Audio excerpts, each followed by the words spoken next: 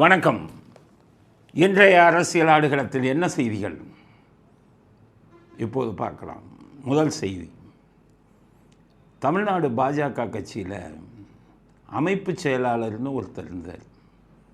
அவர் பேர் கேசவ விநாயகம்.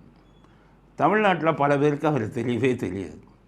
தமிழ்நாட்டில் பாஜகவில் இருக்கிறவங்கெல்லாம் தன்னை பற்றின பப்ளிசிட்டி இவங்களே நிறையா பண்ணி, இவங்களே ஒரு 200 பேரை வச்சு வேலை வாங்கி, அதில் வந்துக்கிட்டு இவங்க பேரை போட்ட வாழ்க வருங்கால முதல்வர் அப்படின்னு எல்லாம் போட்டு தன்னை விளம்பரப்படுத்திக்கிட்டு இருந்தாங்க.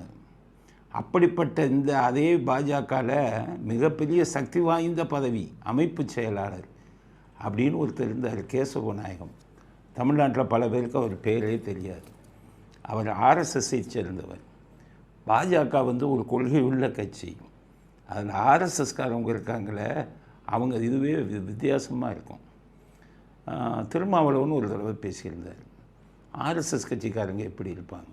அவர் சொல்கிறார், நிறைய பேர் அதில் கல்யாணம் பண்ணாமல் இருப்பாங்க, விளம்பரத்தை விரும்ப மாட்டார்கள், பேட்டி கொடுக்க மாட்டாங்க, முன் வரிசையில் உட்கார மாட்டாங்க, எந்த வித சுயநலமும் அவங்களுக்கு இருக்காது, அவர்கள் தானே ஆர்எஸ்எஸ்ஸை சேர்ந்தவர்கள்னு ஒரு இதில் அவரே பாராட்டி பேசினார். இந்த இந்த கேசவ விநாயகத்தை பார்த்தீங்கல்ல, யாருக்குமே தெரியாது. பேட்டிங்கிறத அவர் இதுவரை கொடுத்ததே இல்லை. முதல் வரிசையில் அவர் உட்காந்ததே இல்லை. நேற்று அவரை பதவியை விட்டு மாற்றுறாங்க, வெளியில் வர்றாரு, எல்லாம் மைக்கை நிற்கிறாங்க, வாயை திறக்கலை. எளிமையானவங்க இவங்க. போய் நம்ம அரசியல்வாதி இவங்ககிட்ட மாட்டினா என்ன ஆகும்? இந்த அரசியல்வாதி விடுவானா அவங்கள? அவரை ஒரு நேர்மையானால, அமைதியானால, கொள்கை பிடிப்புள்ளால, பாஜக தலைவர்கள் எல்லாம் கொள்கை பிடிப்புள்ளாளா? ஒரு தலைவர் இருந்தாங்க, பெண் தலைவர், ஸ்டாலின் வீட்டுக்கே போவாங்க, துரைமுருகன்கிட்ட நெருக்கமாக இருப்பாங்க, கனிமொழிகிட்ட ரொம்ப குழாய்வாங்க, ஜாதி அடிப்படையை வச்சு. இந்த மாதிரிலாம் இருந்துக்கிட்டு பிஜேபியில் இருந்துக்கிட்டே திமுகவுக்கு துணை போனாங்க. இன்னொரு தலைவர் பெண் தலைவி இருந்தாங்க, அவங்க ஒன்றிய அரசுனே பேசினாங்க திமுகவுக்கு ஆதரவாக. இதனால தான் பாஜகவு அடுத்தது அண்ணாமலை வந்தார். அவருக்கு அதை தான் உங்களுக்கு தெரியுமில்ல, திமுகவுடன் உறவு, கருணாநிதி சமாதியை தொட்டு கூப்பிட்டார், ஏவாவேலு, கேஎன்ஆர் எல்லாம் நெருக்கமாக இருந்தார். அவருக்கு இதெல்லாம் உங்களுக்கு தெரியுமில்ல. ஆனால் கேசவ நாயகத்து மேலே இந்த மாதிரி ஏதாச்சும் ஒரு குற்றச்சாட்டு வைக்க நீங்கள் முடியுமா? அண்ணாமலை மேலே பல குற்றச்சாட்டு, அதுக்கான ஆதாரங்களும் இருக்குது. ஆனால் இவர்களெல்லாம் சேர்ந்து ஒரு யோகியரை, ஒரு கொள்கை பிடிப்பு உள்ளால லாய்க்கு இல்லைன்னு குற்றச்சாட்டை வச்சு வெளியில் வரட்டிட்டாங்க. எங்கே உருப்படும் பிஜேபி?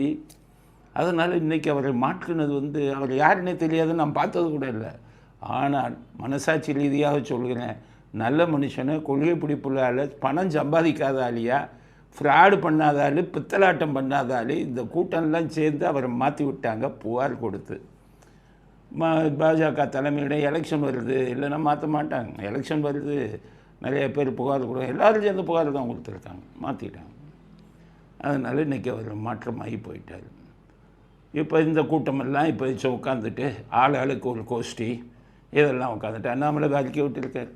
நம்ம இவர் சொல்லி தான் மாற்றின மாதிரி எல்லா அவங்களுமே புகார் கொடுத்துருக்காங்க. அவரை பற்றி அவர் வேல்முருகனும் புகார் கொடுத்துருக்காரு. இவரும் இப்போ இருக்கக்கூடியவர் தலைவர் நயினார் நாகேந்திரனும் புகார் கொடுத்துருக்காரு. எல்லாம் சேர்ந்து புகாரை கொடுத்து கழுத்திட்டாங்க. அதனால் அண்ணாமலை என்ன சொல்லியிருக்காருன்னா, என்னெல்லாம் என்னுடைய வியூகத்தை கேட்கவில்லை. என்ன வியூகம்? உங்களுக்கு என்ன வியூகம் தெரியும்?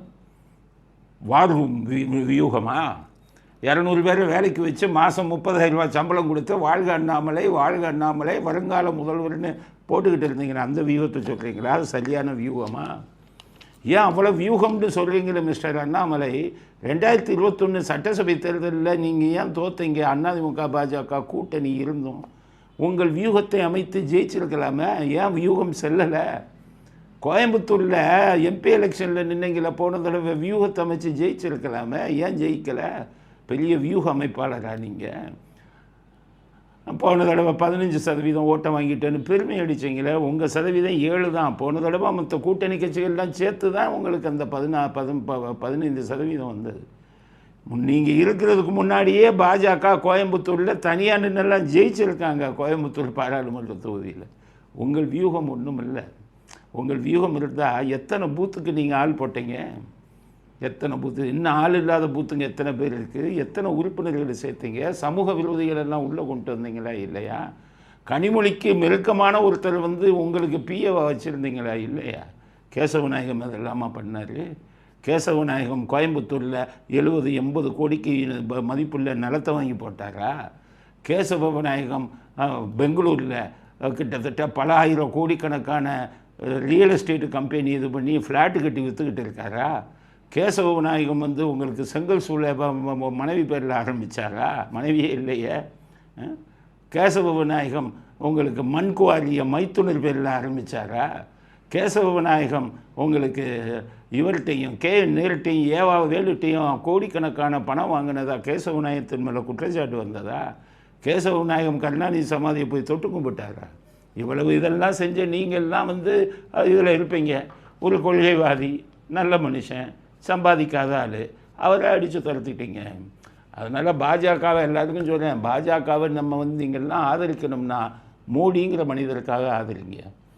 எந்த சம்பத்து இதெல்லாம் சம்பாதிக்காமல் நேர்வழியில் இருந்தவர்.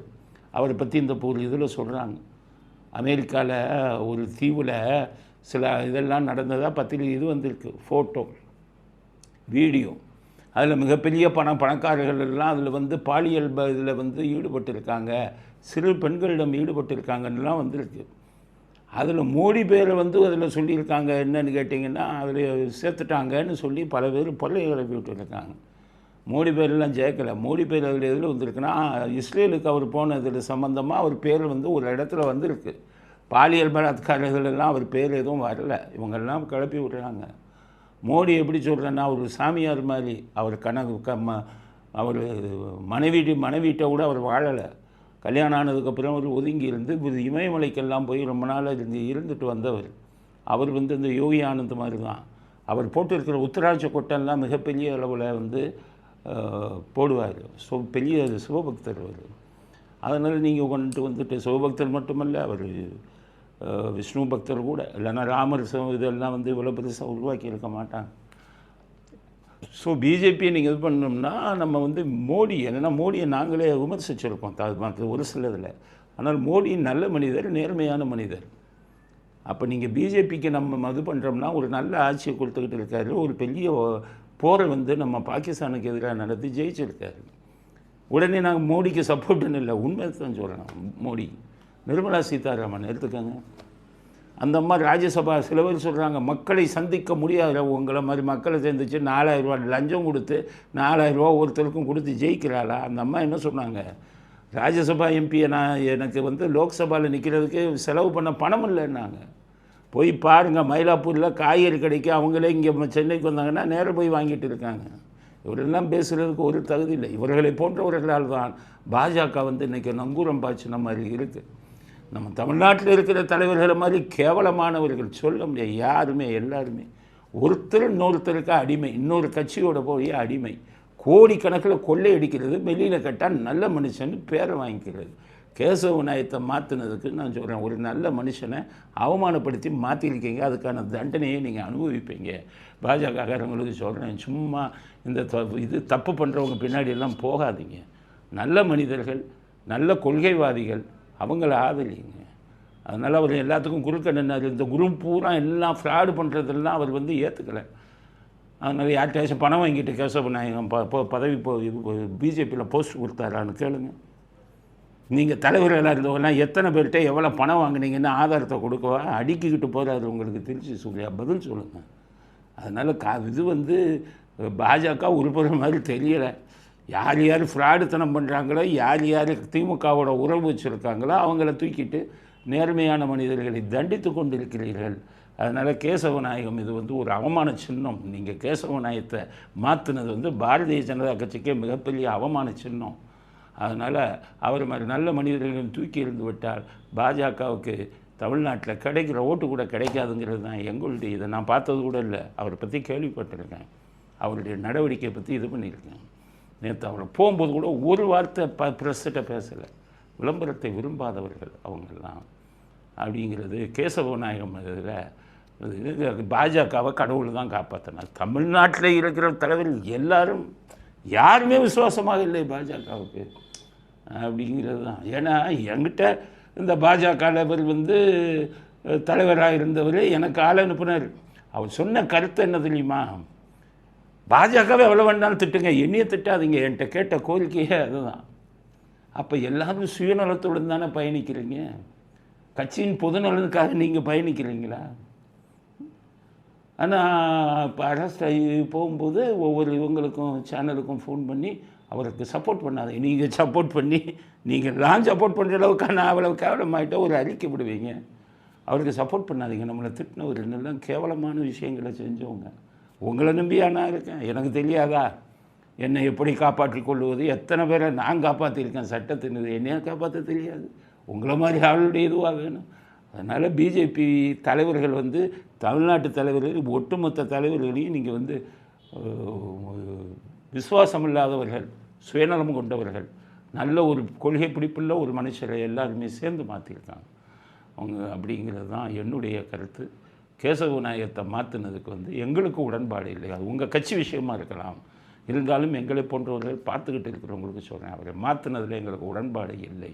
எல்லா ஊழல் பெருச்சாளிகளும் சேர்ந்து அவரை மாற்றிருக்காங்க அப்படிங்கிறது தான் எங்களுடைய முதல் கட்ட கருத்து. அடுத்தது சவுக்கு சங்கர் வழக்கு நேற்று வந்தது.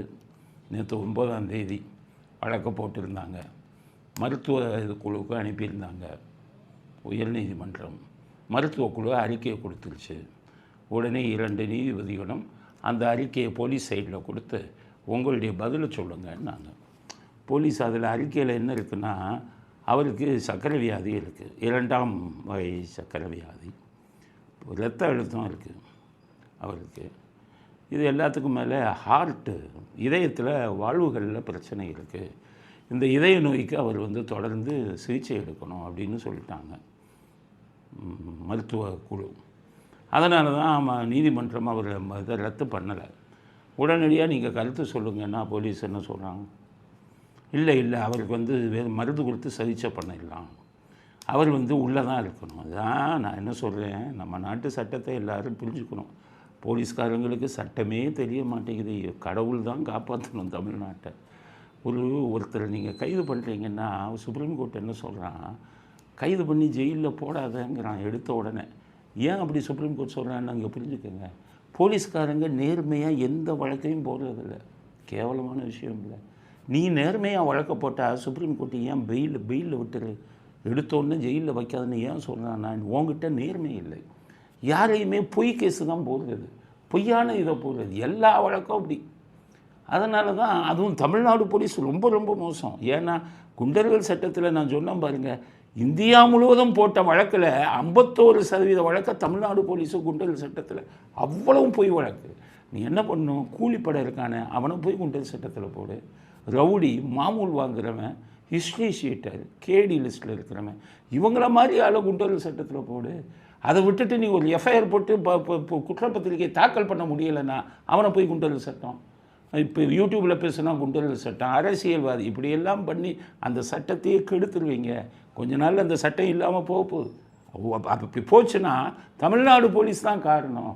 ஏன்னா கோட்டா சிஸ்டம், ஒவ்வொரு போலீஸ் ஸ்டேஷனுக்கும் மாதத்துக்கு 5 பேரை கூட்டாஸ் போடும். இப்படியெல்லாம் கேவலம். என் சட்டத்தை பற்றி அவங்க புரிஞ்சுக்கிறதில்ல. இதெல்லாம் சுப்ரீம் கோர்ட்டு பார்த்துட்டு தான் இவ்வளோ மோசமாக இருக்காங்கன்னு தான். யார் 7 வருஷம் வரை இருந்தால் ஜெயிலுக்கு அனுப்பாத வழக்கை மட்டும் பதிவு செய்யுன்னு சொன்னான். அப்பவும் திருந்த மாட்டேங்கிறாங்க. இப்போ சவுக்கு சங்கரில் என்ன கேட்குறாங்க, இல்லை ஜெயிலில் வைக்கணும். அவங்க தான் சொல்கிறாங்கல்ல. மெடிக்கல் இதில் என்ன சொல்கிறாங்க, மருத்துவ குழு இருக்கே, அவருக்கு இதய சம்மந்தப்பட்ட பிரச்சனை இருக்குது, அவருக்கு சிகிச்சை எடுக்கணும்னா நீ போட்ட எஃப்ஐஆருக்கு உள்ளே தள்ளணும்னா எப்படி? உடனே தள்ளிடுவாங்களா? எல்லாரையும் பிடிச்சி உள்ளே தள்ளினா காலமெல்லாம் போயிடுச்சு இல்லை? எவ்வளவு அநியாயம் அக்கிரமம் பண்ணீங்க. நான் காவல்துறையில் இருக்கும்போதெல்லாம் மனசு வெறுத்து தானே வெளியில் வந்த. இந்த பாவத்தை நம்மளால் பாவத்தை பார்த்துக்கிட்டே இருக்க முடியாது. பல விஷயங்களை என்னால் பேச முடியாது காவல்துறையில் நடந்த விஷயங்களை. அதனால் அப்படிலாம் பண்ணிட்டு தானே அது கடவுளாக பார்த்து சுப்ரீம் கோர்ட்டு மூலமாக சில விஷயங்களை போட்டிருக்காங்க. அப்படி இருக்கும்போது அவங்க அவங்க ரத்து பண்ண மாட்டேங்கிறாங்க. ரத்து பண்ணு, ஜெயிலுக்கு அனுப்பு. நீ போட்ட எஃப்ஐஆர்லாம் பொய். நீ போட்ட எஃப்ஐஆரில் எது உண்மை? இவருன்னு இல்லை, மற்றவன் மேலே போடுற எஃப்ஐஆரில் கூட எதுயா உண்மை சொல்லு. என் மேலே எஃப்ஐஆரில் போட்டிங்களே, புகார் கொடுத்தவனே இல்லையே, அது எவ்வளோ பெரிய அக்கிரமம், அநியாயம் இல்லையா? மனசாட்சிங்கிறது உங்களுக்கு இல்லையா? அதனால் இப்போ வந்துக்கிட்டு அவர் வெயிலை ரத்து பண்ணு, ஜாமீனை ரத்து பண்ணுங்கிறாங்க. அவங்க ஜாமீனை ரத்து பண்ணுற மாதிரி இல்லை. இப்போ 9ஆம் தேதியிலேருந்து 18ஆம் தேதிக்கு தள்ளி போட்டாங்க. இன்னும் 18ஆம் தேதி முடிஞ்சு அப்புறம் ஒரு வாரம் ஆனால் எலெக்ஷன் வந்துடும். இந்த அதிகாரிகள் எல்லாத்தையும் ஒட்டுமொத்தமாக மாற்ற போகிறாங்க. ஏன்னா எலெக்ஷன் கமிஷனை கொடுத்துட்டான். 3 வருஷம் இருந்த அதிகாரிகளை பூரா மாற்று. ஒரே மாவட்டத்தில் 3 வருஷத்துக்கு மேலே இருந்தவங்கெல்லாம் மாற்று. தேர்தல் பணி செய்கிற அதிகாரியெல்லாம் மாற்றுன்னு கொடுத்துட்டாங்க. எல்லாரையும் கூண்டோட மாற்றணும். சென்னை மாநகர காவலில் இருக்கக்கூடிய ஏன்னா அவங்களுக்கும் சவுக்கு சங்கருக்கும் தானே பிரச்சனை. அத்தனை பேரையும் மாற்றணும். இதில் என்ன சொல்கிறேன், அதிமுக, விஜய் கட்சி, தாவேகா, பிஜேபி இவங்கெல்லாம் தேர்தல் கமிஷனருக்கு கடிதம் எழுதுங்க. அதிகாரிகளை லிஸ்ட்டு பண்ணி இந்தந்த அதிகாரிகள் ஒரு சார்பாக கட்சி சார்பாக வேலை செய்கிறவங்க, இவங்களை அந்த இடத்துல வைக்காதீங்க, இவங்களை மாற்றுங்கன்னு எழுதுங்க. ஏன்னா தேர்தல் கமிஷன் தலைமைச் செயலாளருக்கு எழுதியிருக்காங்க மாற்றுங்கன்னு. ஆனால் தலைமைச் செயலாளர் இவங்க பேச்சை கேட்டுக்கிட்டு, திமுகவுடைய பேச்சை கேட்டுக்கிட்டு முக்கியமான அதிகாரிகளை, திமுகவுக்கு ஆதரவாக இருக்கும் அதிகாரிகளை மாற்றாமல் விடுவதற்கு வாய்ப்பு இருக்குது. அதை கண்காணிங்க. எங்கள் கட்சி சார்பில் லிஸ்ட்டு வச்சுருக்கோம், முக்கியமான லிஸ்ட்டு. எல்லாத்தையும் மாற்றுங்க, இவர்களெல்லாம் ஒரு கட்சிக்கு ஆதரவாக இருப்பவர்கள்னு சொல்லி எழுத போகிறோம். இன்றைக்கி தான் அறிக்கை வந்திருக்கு. நாளைக்கே யார் யார் லிஸ்ட்டு போட்டு இவங்கெல்லாம் என்னென்ன பண்ணாங்க மாற்றுங்கன்னு எழுத போகிறோம். அவர்களெல்லாம் நீங்கள் அங்கேயே வச்சிங்கன்னா உங்களுக்கு அவ்வளோதான். ஸோ இப்போ சவுக்கு சங்கர் உள்ளே போகிறது இல்லை. இப்போ அதிகாரிகளெல்லாம் கூண்டோட எல்லாமே மாறப்போகிறாங்க. அப்புறம் திமுக ஆட்சி வரப்போகிறது இல்லை, இவங்கெல்லாம் வரப்போகிறதும் இல்லை. இவங்க வராமல் இருக்கிறதுக்கு வருங்காலத்திலேயே நாங்கள்லாம் கண்காணிச்சுக்கிட்டு இருப்போம். ஏன்னா நடுநிலைமையான அதிகாரிகள் இருங்கப்பா. எந்த கட்சிக்கும் வேணாம், மனசாட்சிக்கு பயப்படுங்க. தப்பு செஞ்சவொன்னும் உள்ளே தள்ளுங்க. கட்சி சொல்கிறான், முதலமைச்சர் சொல்கிறாரு, மந்திரி சொல்கிறாரு, முன்னாள் மந்திரி சொல்கிறாருன்னெல்லாம் இஷ்டத்துக்கு அனுப்பாதீங்க. குடும்பமே நாசமாக போயிடும் ஒரு அப்பாவியை தண்டிச்சிங்கன்னா. அதுக்காகத்தான் சொல்கிறேன், மனசாட்சியுடன் போலீஸ் யூனிஃபார்மை போடுறீங்கன்னா கடவுள் கொடுத்த கிஃப்ட், கடவுள் கொடுத்த பரிசு, ஒரு பெரிய பொறுப்பை உங்கள் தலையில் கொடுத்துருக்காங்க. மனசாட்சியுடன் செயல்படுங்க அப்படிங்கிறது தான். அதனால் சவுக்கு சங்கரதில் சொல்கிறேன். அதான் சொல்லிட்டாங்கல்ல மருத்துவ அறிக்கையில், அவருக்கு இதே பிரச்சனை இருக்குது, விடுங்க. ஏன் திருப்பி உள்ளே போட வச்சுக்கிட்டு உள்ளே போட்டுக்கிட்டு அடிக்கணும்? இது ஜனநாயக நாட்டில் இனி நடக்காதுப்பா, இனி நடக்காது. பல வழக்குகள் உங்கள் மேலே வருங்காலத்தில் வரும். அதனால தான் உங்களுக்கு சொல்கிறேன், இந்தியா முழுவதும் 1000 வக்கீல்கள் இருக்காங்க அமைப்பில், உங்கள் யாருக்கும் தெரியாது. அந்த அமைப்பில் இருக்கிறவங்கெல்லாம் உங்களை வாட்ச் பண்ணிக்கிட்டு இருக்காங்க. இந்த சமுதாயத்துக்கு நல்லதோ சுப்ரீம் கோர்ட்டில் வழக்கு போடுவதற்கு தயாராக இருக்கிறாங்க. வருங்காலத்தில் நீங்கள் எந்த அத்துமீறல்கள் இருந்தாலும் நீங்கள் வீட்டுக்கு போக வேண்டியது வரும். அதனால் ஹைகோர்ட்டு சொல்லிட்டாங்க 10 ரத்து இல்லைன்னு. அதோடு விட்டுட்டு வேலையை பாருங்கள், சட்டம் ஒழுங்கு போய் பாருங்கள் அப்படிங்கிறது தான் சவுக்கு சங்கர் விஷயத்தில் நேற்று நீதிமன்றம் கொடுத்த அந்த இந்த இதில் விஷயத்து அடிப்படையில், நீதிமன்றம் தெரிவித்த கருத்தின் அடிப்படையில் நம்ம பதிய விடுமக்கூடிய கருத்து. அடுத்தது அஜித் கொலை வழக்கில் நிகிதாவை 4ஆம் தேதி மார்ச் மாதம் மாவட்ட நீதிமன்றத்தில் ஆஜராகுங்கன்னு இது அனுப்பியிருக்காங்க. பாருங்கள், இப்போவும் எதுக்கு அனுப்புனாங்க? மாவட்ட நீதிமன்றம் நிகிதா மேலே எஃப்ஐஆர் போட்டாங்களா? எஃப்ஐஆர் போட்டால் ஏன் கைது செய்யலை? எதுக்கு மாவட்ட நீதிமன்றம் கூப்பிடுறாங்க? அப்போ மாவட்ட நீதிமன்றத்தில் குற்றப்பத்திரிக்கை தாக்கல் செஞ்சுட்டாங்களா? எதன் அடிப்படை குற்றப்பத்திரிக்கை தாக்கல் செஞ்சால் அந்த அம்மாவை ஃபுல்லாக விசாரிக்காமையே குற்றப்பத்திரிக்கை தாக்கல் செஞ்சுட்டீங்களா? சரி, குற்றப்பத்திரிக்கை தாக்கல் செஞ்சால் அவங்க மேலே மட்டும்தான் குற்றப்பத்திரிக்கை தாக்கல் செஞ்சீங்களா? அவர்களுக்கு பின்னால் இருந்த உயர் அதிகாரிகள், அரசியல்வாதிகள், அவங்களெலாம் என்னாச்சு? அவங்கள குற்றப்பத்திரிக்கையில் சேர்த்துருக்கீங்களா இல்லையா? அவங்க மேலே எஃப்ஐஆர் இருக்கா இல்லையா? ஒரு ஜனநாயக நாட்டில் இது எதையுமே சொல்லாமல் எவ்வளவு ரகசியமாக பண்ணுறாங்க பாருங்கள். நமக்கு தெரியணுமில்ல, ஒரு மிகப்பெரிய கொலை அது. பாவம், ஏழை அவன். அஜித்குமாருக்கு ஏன் நம்ம சப்போர்ட் பண்ணுறோம் தெரியுமா? அவன் ஒரு ஏழை. என்றைக்குமே பாதிக்கப்படுற ஏழைக்காகத்தான் குரல் கொடுக்கணும். ஏன்னா அவனுக்கு வக்கீல் வைக்க காசு இருக்காது, அவனுக்கு ரெக்கமெண்டேஷன் பண்ண ஆள் இருக்க மாட்டான். பணக்காரன் அரசியல் செல்வாக்கு இருக்கிறவனுக்கு நம்ம சப்போர்ட் பண்ண தேவையில்லை. அவனுக்கு அவன் காப்பாற்றிக்குவான் தன்னை. ஆனால் ஏழையாக இருப்பவன் தனக்கு ஒரு அநீதி ஏற்பட்டால் அவன் பண்ண முடியாது. நம்மளை மாதிரி ஆளுங்க தான் குரல் கொடுக்கணும். அதனால தான் அஜித்குமாருக்கு நம்ம குரல் கொடுக்குறோம். சிபிஐக்கு மாற்றினாங்க. சிபிஐ சொல்கிறாங்களா? அன்றைக்கி ஒரு ஜாமீன் வருது, அங்கே போய் சொல்கிறாங்க. மக்களுக்கு சொல்கிறாங்களா? நிகிதா விஷயத்தில் நடந்தது அன்னைக்கு அந்த ஜாமீன் வழக்கு வரலன்னா இதோட தெரியாது. இப்போ பாருங்கள், மார்ச் 4ஆம் தேதி மாவட்ட நீதிமன்றத்தில் சம்மன் வந்திருக்குன்னு செய்தி வருது. எதுக்கு சம்மன்? என்ன செக்ஷனில் அவங்க மேலே போட்டிருக்கீங்க? குற்றப்பத்திரிக்கை தாக்கல் செஞ்சிட்டிங்களா? அதில் என்ன குற்றச்சாட்டு மேலே அவங்க இது பண்ணியிருக்கீங்க? நீங்கள் பண்ண விசாரணையில் இவங்களுக்கு மேலே இருந்து உந்துதல் கொடுத்தது யாரும் இல்லையா? உங்கள் விசாரணையில் அதை கண்டுபிடிக்கலையா? அதெல்லாம் சொல்லியிருக்கீங்களா? எல்லாம் சஸ்பென்ஸாக வச்சுக்கிட்டு அரசியல்வாதியும் பணக்காரனும் வந்துட்டான்னா அத்தனை பேரும் ஜால்ரா அடிச்சுக்கிட்டு அவனை காப்பாற்றுறதுக்கு இது பண்ணிவிட்டு சிபிஐ மாதிரி ஒரு உயர்ந்த அமைப்பு கூட இந்த மாதிரி வேலை செஞ்சிங்கன்னா என்ன அர்த்தம்? அந்த பையனுக்கு என்ன நீதி? அதனால் நீதாவை மார்ச் 4ஆம் தேதி வர சொல்லிட்டீங்க. இது நாட்டு மக்களுக்கு சொல்லுங்கள், என்ன வழக்கு, என்ன செக்ஷன் போட்டீங்க, அவங்க மேலே உள்ள குற்றச்சாட்டுக்கு ஆதாரங்கள் என்ன, மற்றவர்களெல்லாம் ஏன் விட்டீங்க, உயர் அதிகாரிகள் உயர் அரசியல்வாதிகள் என்பதற்காக விட்டு விட்டீர்களா? சிபிஐக்கு தானே விசாரணை கேட்குறாங்க, தமிழ்நாடு போலீஸ் மேலே நம்பிக்கை இல்லைன்னு. உங்கள்கிட்ட போனால் நீங்களாச்சும் மனசாட்சிப்படி விசாரணை நடத்தணும்ல. நீங்களும் வேண்டியவர் வேண்டாதவர்னு வித்தியாசம் பார்த்தீங்கன்னா எங்கு தான் போய் நீதி கேட்பது அப்படிங்கிறத வருத்தத்துடன் பதிவு செய்ய வரும். அடுத்தது, சசிகலா தேர்தலில் நிற்கிறது உறுதியாகி விட்டதுன்னு ஒரு செய்தி வந்துடுது. என்னன்னு தெரியலை. ஏன்னா அவங்க அரசியல் விட்டு ஒதுங்கியிருந்தாங்க. அவருடைய சகோதரர் திவாகர் அவர் கொஞ்சம் இதானவர், ஸ்ட்ரைட் ஃபார்வர்டவர், எந்த ஒரு விளம்பரத்துக்கும் வரமாட்டார், எந்த பிரச்சனையிலையும் அவர் பேர் அடிபடாது அப்படி இருந்தவர். அவர் அவங்கள கூப்பிட்டு அரசியலே வேணாம், உன் சொத்தெல்லாம் நான் காப்பாற்றுறேன் அப்படின்னு சொல்லி அவங்க குடும்பத்துக்குள்ளே நிறையா இது இருக்க பிரச்சனைகள். அந்த பஞ்சாயத்தெல்லாம் என்கிட்ட வந்தது, குடும்ப பஞ்சாயத்து. நான் தான் ஒதுங்கிவிட்டேன்.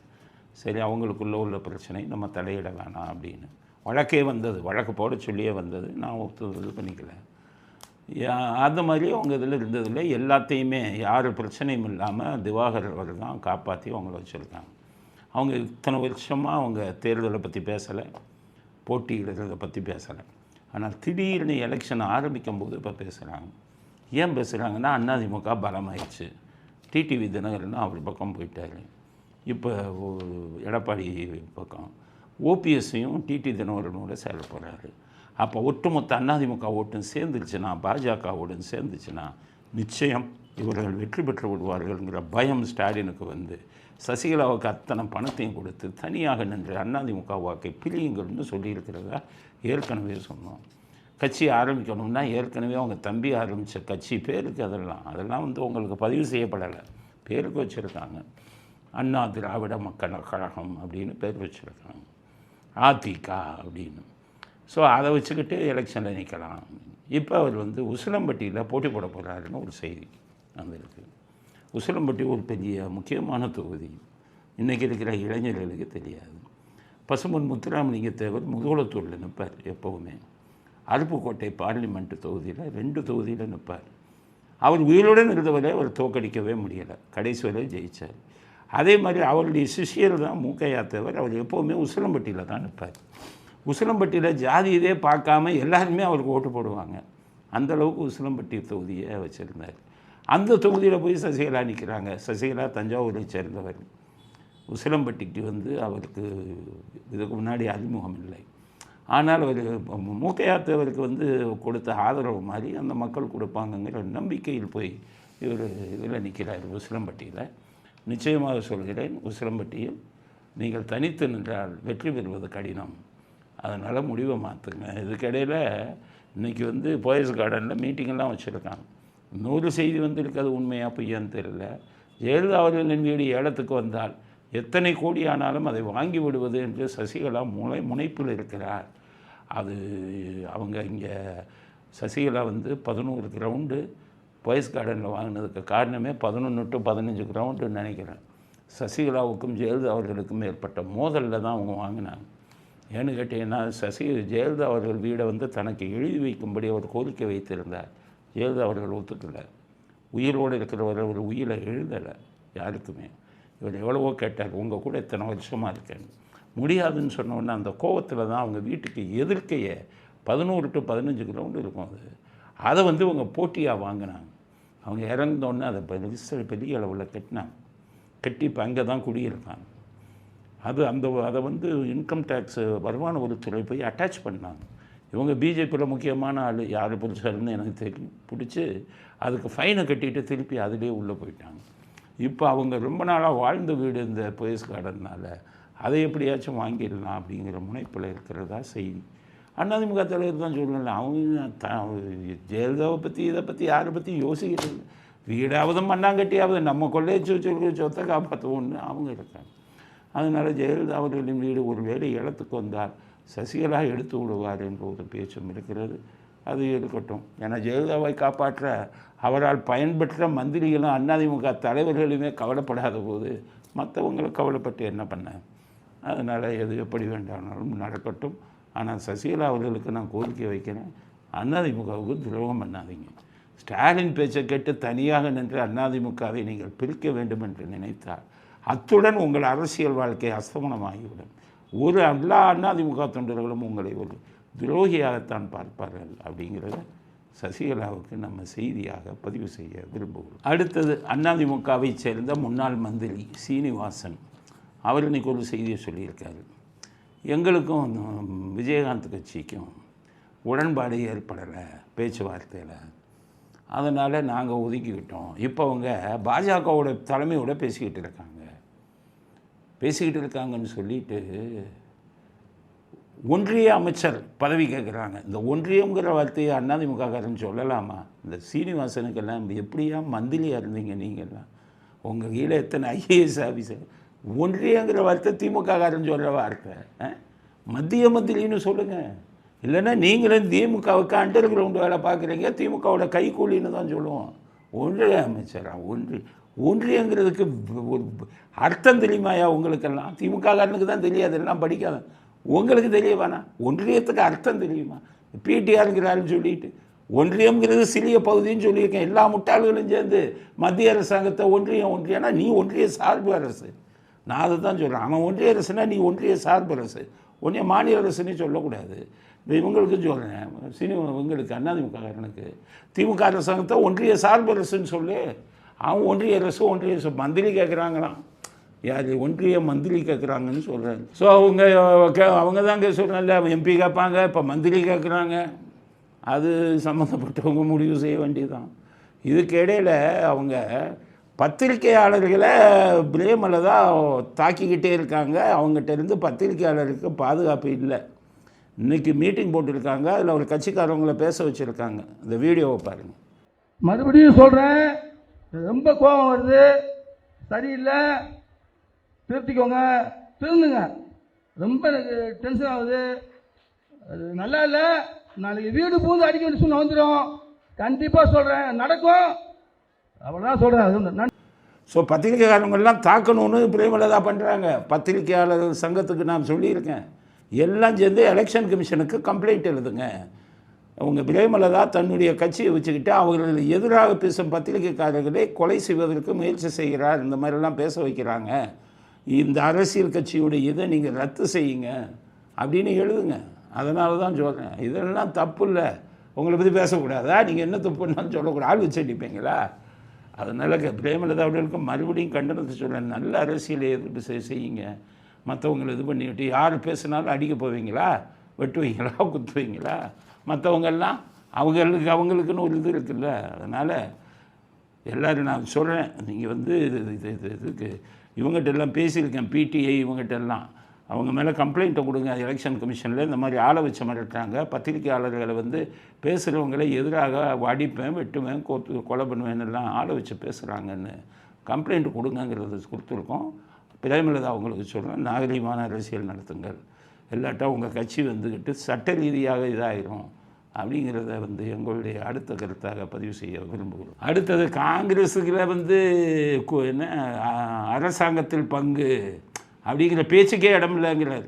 யார் சம்மந்தம் இல்லாத யார் கட்சி விட்டு கட்சியாக மாறினார்ல ராஜகண்ணப்ப. உங்களுக்கு திமுக தலைமை முடிவு செய்யும். நீங்கள் யார் கூட்டணியை பற்றி பேசுகிறதுக்கு?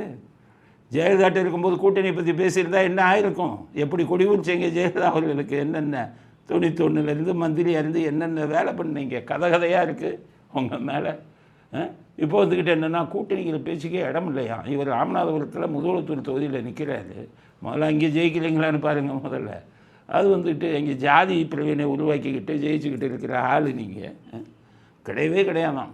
என்னென்னு கேட்டிங்கன்னா, போன தடவை உங்கள் 100 தொகுதி ஜெயிச்சாங்களாம், அப்படியும் காங்கிரஸுக்கு கூட்டணியில் கொடுக்கலையாம். இந்த தடவை 150 கோடி ஜெயிக்க போகிறாங்களாம். 150 கோடி ஜெயிக்க போகிறேன்னு சொல்கிறதுலேருந்து நீங்கள் அரசியல்வாதிக்கே லாயக்கில்லை, அரசியல் நிலவரமே தெரியலைன்னு தானே அர்த்தம். 150 சீட்டு ஜெயிப்பீங்களா? கூட்டணி ஆட்சி எந்த காலத்துலையும் கலைஞர் காலத்தில் கொடுத்தாரா? 110 100 சீட்டு தானே வச்சுருந்தார், கொடுத்தல. இப்போ எப்படி மெஜாரிட்டி இருக்குது, அதில் எப்படி கொடுக்குறது? 150 சீட்டுக்கு மேலே திமுக ஜெயிக்கும், அப்புறம் எப்படி கொடுக்க முடியும் தனிப்பட்ட முறையில்? போன தடவை 126 தானே ஜெயிச்சிங்க. 100 சீட்டு ஜெயித்தாங்களாம் 2006. 92 சீட்டு ஜெயித்தாங்க. கூட்டணியில் வந்து காங்கிரஸ் கொடுக்க மாட்டேன்னாரு. ஏன்? கருணாநிதி சொன்னார், மத்திய அரசாங்கத்தில் கூட்டணி மந்திரி சபை இருந்தது, காங்கிரஸுக்கு இவர் எம்பி ஆதரவு கொடுத்தார். ஆனால் இவர் கட்சிக்கு எம்பி வாங்கிட்டார். இங்கே காங்கிரஸ் கேட்கும்போது இதில் கொடுக்க மாட்டேன்ட்டார். அப்போ சோனியா காந்தி எல்லாத்துக்கும் ரெடியாக இருந்தாங்க. அதாவது ராஜீவை கொலை செய்தவர்கள் இவர்கள் முக்கியமானவர்கள்னு ஜெயின் கமிஷன் சொன்னதெல்லாம் தூக்கி போட்டுட்டு இவங்களோட கூட்டணி சொன்னாங்க. அதனால் 150 சீட்டு ஜெயிப்போன்னெல்லாம் கனவு காங்காதீங்க. அதுக்கப்புறம் 1967 அப்புறம் காங்கிரஸ் இங்கே வரவே இல்லையா.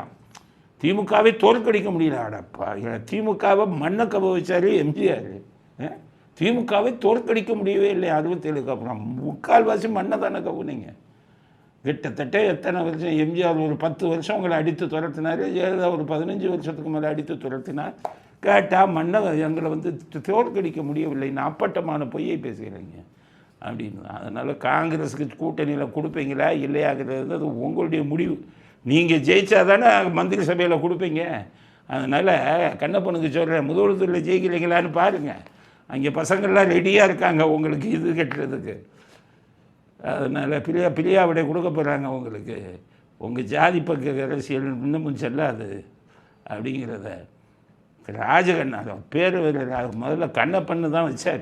ராஜகண்ணப்பண்ணு இந்த நியூமராலஜிக்காரங்க சொன்னாங்கன்னு ராஜகண்ணப்பன் என்று வைத்து கொண்டார். ராஜகண்ணப்பன் இனிமேல் ராஜ்யத்தை ஆள முடியாது, சீக்கிரம் வீட்டுக்கு பொட்டியை கட்டுங்க அப்படிங்கிறது தான் அவருக்கு நம் கொடுக்க வேண்டிய பதில் அப்படிங்கிறதையும் பதிவு செய்கிறோம். இத்துடன் இன்றைய அரசியல் ஆடுகளம் நிறைவு பெறுகிறது.